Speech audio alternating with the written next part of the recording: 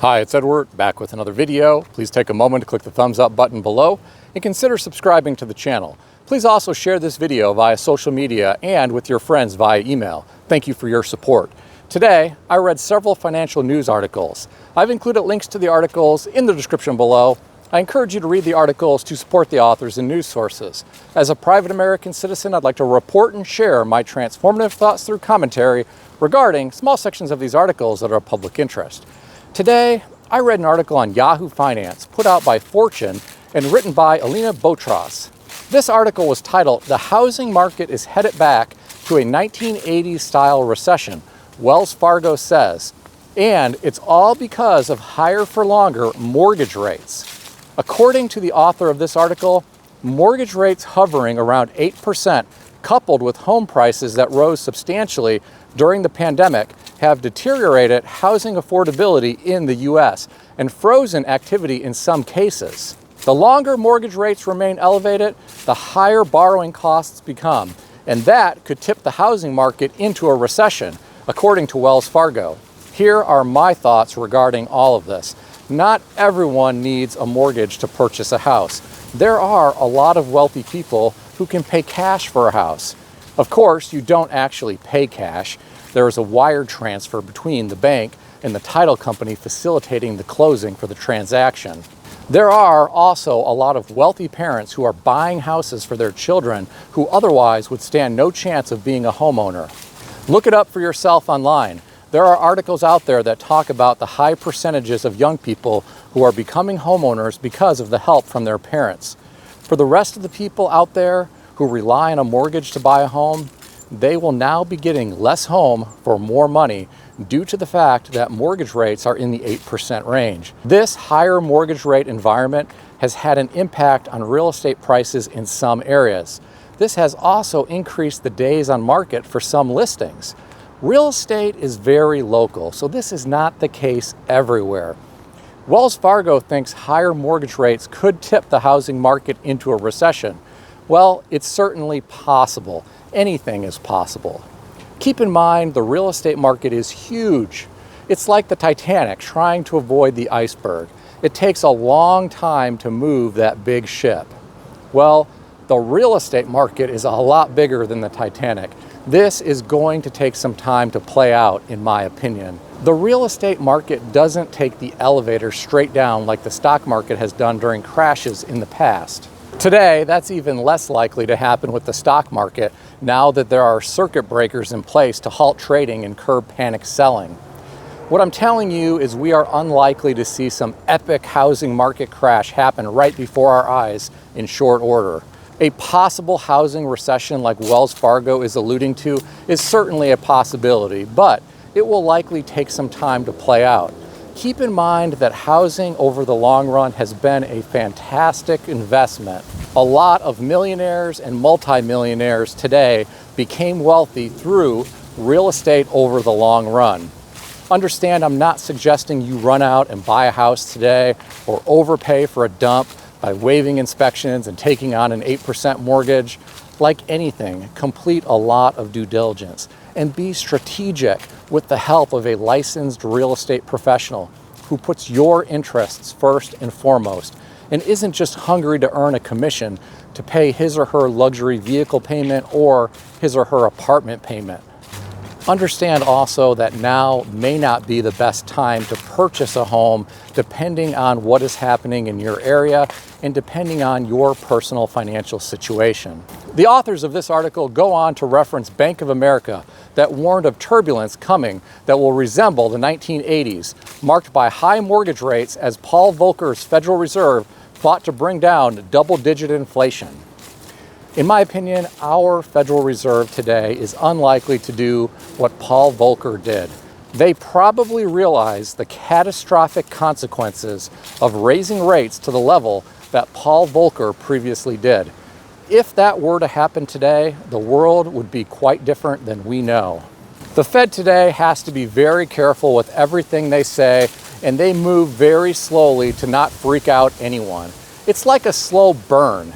I wish they would just rip the Band-Aid off and keep hiking rates. But then again, I don't depend on credit anymore, and I'm well positioned to weather an economic storm. This is not the case for most people or most businesses. What I found interesting in this article is that the author said the NAR, that's the National Association of Realtors, sent a letter to the Fed earlier this month urging the institution to stop raising rates. The authors of this article talk about how the letter is reminiscent of when home builders in the 1980s sent a piece of lumber to the Fed asking for help restoring housing demand via lower interest rates. I had never heard that story before. I'm really surprised the NAR sent a letter to the Fed. The real estate market in the past few years has been like an episode of The Twilight Zone. It's time for the real estate market to come back to reality, in my opinion. Maybe the NAR should have mailed the Fed a piece of gray luxury vinyl plank flooring that is so trendy nowadays with a note attached to it. What the heck is luxury vinyl plank flooring anyway? Most flooring companies rate flooring products based on their wear layer measured in mil thickness. I personally don't consider snap-together vinyl plank flooring to be luxurious. I'd rather have 3/4 inch tongue and groove solid hardwood flooring or some very nice engineered flooring. Many of these greedy home builders today love to talk about all of the luxury features that their homes possess, and flooring is no exception. Maybe Americans who are struggling to afford a home in this 8% mortgage rate environment just need to work more hours to bring in more money. Working more hours should be a matter of national pride, according to the founder of the company called Infosys. In an article on Yahoo Finance put out by Fortune and written by Lionel Lim, Infosys founder Narayana Murthy wants young workers in India to have a 70-hour work week and thinks it should be a matter of national pride. Well, as Bill Lumbergh from Office Space would say, yeah. In all seriousness, a 70-hour work week might work in India, but I don't think it will be happening here in America anytime soon. Some companies are struggling just to get people to come back into the office. Some are lucky to get 40 hours per week out of their employees. The author of this article indicates a tech founder is chiming in on allegedly lazy workers. Narayana Murthy, founder of IT consultancy Infosys, thinks employees need to work a 70-hour work week and should do so out of pride for their country. I think there are a lot of Americans who have pride in their country, but they still aren't going to be enthusiastic about working 70 hours per week. The authors of this article indicate Infosys currently has a market cap of about $68 billion. The firm generated around $18 billion in revenue last year, a 14.6% increase from the year before. If they are generating those kinds of profits, they can afford to hire more people instead of encouraging the existing employees to work 70 hours per week. Many companies, not necessarily this one, try to squeeze as much out of their employees to maximize profits. This can create a revolving door of employees at some companies. I'm curious, have any of you ever worked at a company that had a revolving door in terms of its employees? If so, let me know about it in the comment section below. The Infosys founder should be happy that workers in India are so productive already. The authors of this article indicate that Indian workers spend about 43% of their time engaged in performative work, the highest among markets, surveyed by Slack and research firm Qualtrics. On average, employees globally spend about 32% of their time looking busy rather than working, according to the report. Well, the percentage difference here is pretty impressive to me. I'm not surprised though. I've worked at places in the past where the workers weren't always on task. I remember one job I had in the past where the secretary was always playing on Facebook, talking on the phone to her daughter, shopping online, or mailing Beanie Babies in the inner office mail envelopes with other people in the organization. This was during the mid-90s. Some of you watching this channel may not have even been born yet, or some of you may be too young to remember that Beanie Baby craze. It was really an interesting time. The Infosys founder in this article must not be familiar with lazy girl jobs. This leads me into the next article today on Yahoo Finance, put out by MoneyWise and written by Visesh Razinghani. This article is titled, "This TikToker touts lazy girl jobs that allow you to live the easy life on a sweet salary."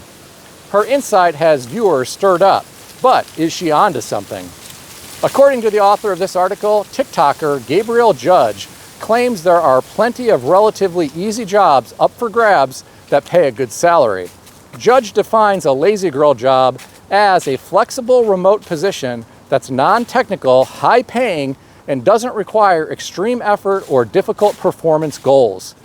She used examples of job titles like Customer Success Manager and Marketing Associate that fit the lazy job category. According to her, and I'll quote, "There's a lot of jobs out there where you can make like 60 to 80,000, pretty comfortable salaries while not doing that much work and be remote." I definitely don't think the founder of Infosys and this girl would get along at all. Now understand, I don't think girls are lazy. I'm just referencing this article. I don't think this young lady is prepared to work 70 hours a week out of national pride like the Infosys founder wants. In my opinion, this young lady is lucky to have entered the workforce during an era when money was cheap and zombie companies could still operate. Many of these zombie companies embraced remote work. If our economy takes a turn for the worse and companies need to tighten their belt to stay profitable, young people like this may have a harder time securing lazy jobs that are remote. Now, I'm not suggesting all remote jobs are lazy. I'm simply using her words from this article. Now, I talked about what could happen if our economy takes a turn for the worse, but the author of this article brings up a good point regarding another reason that these types of jobs may not be available in the future. According to the author, lazy girl jobs may not be as lucrative or easy in the future, as some of these roles could be susceptible to automation. A recent study by OpenAI, the creator of ChatGPT, revealed that jobs with higher salaries, higher educational requirements, and information processing were overexposed to disruption from artificial intelligence. According to its report, auditors, accountants, and public relations specialists were among the most vulnerable to AI replacement. I believe this is certainly a possibility. AI is likely to become a big disruptor in the labor market moving forward. Even entry-level jobs like fast food may be disrupted by AI. Wendy's installed AI in a drive-thru in Columbus, Ohio this past year. If this happens worldwide, a lot of human jobs could be displaced. What do you think about all this? Share your thoughts in the comment section below. Please keep in mind that nothing in this video is financial advice or advice of any kind. If you need advice, seek advice from a qualified professional in good standing who puts your interests first and foremost. If you enjoyed this video, consider subscribing to the channel. Please also consider sharing this video via social media or via email with your friends. I want to extend a special thanks to everyone who has subscribed to this channel. I want to also thank all of my channel members. Check out some of the great books that I suggest you consider reading in the description below. I've included Amazon affiliate links to these books. As an Amazon associate, I earn from qualifying purchases. Stay healthy and wealthy. I'll see everyone in the next video.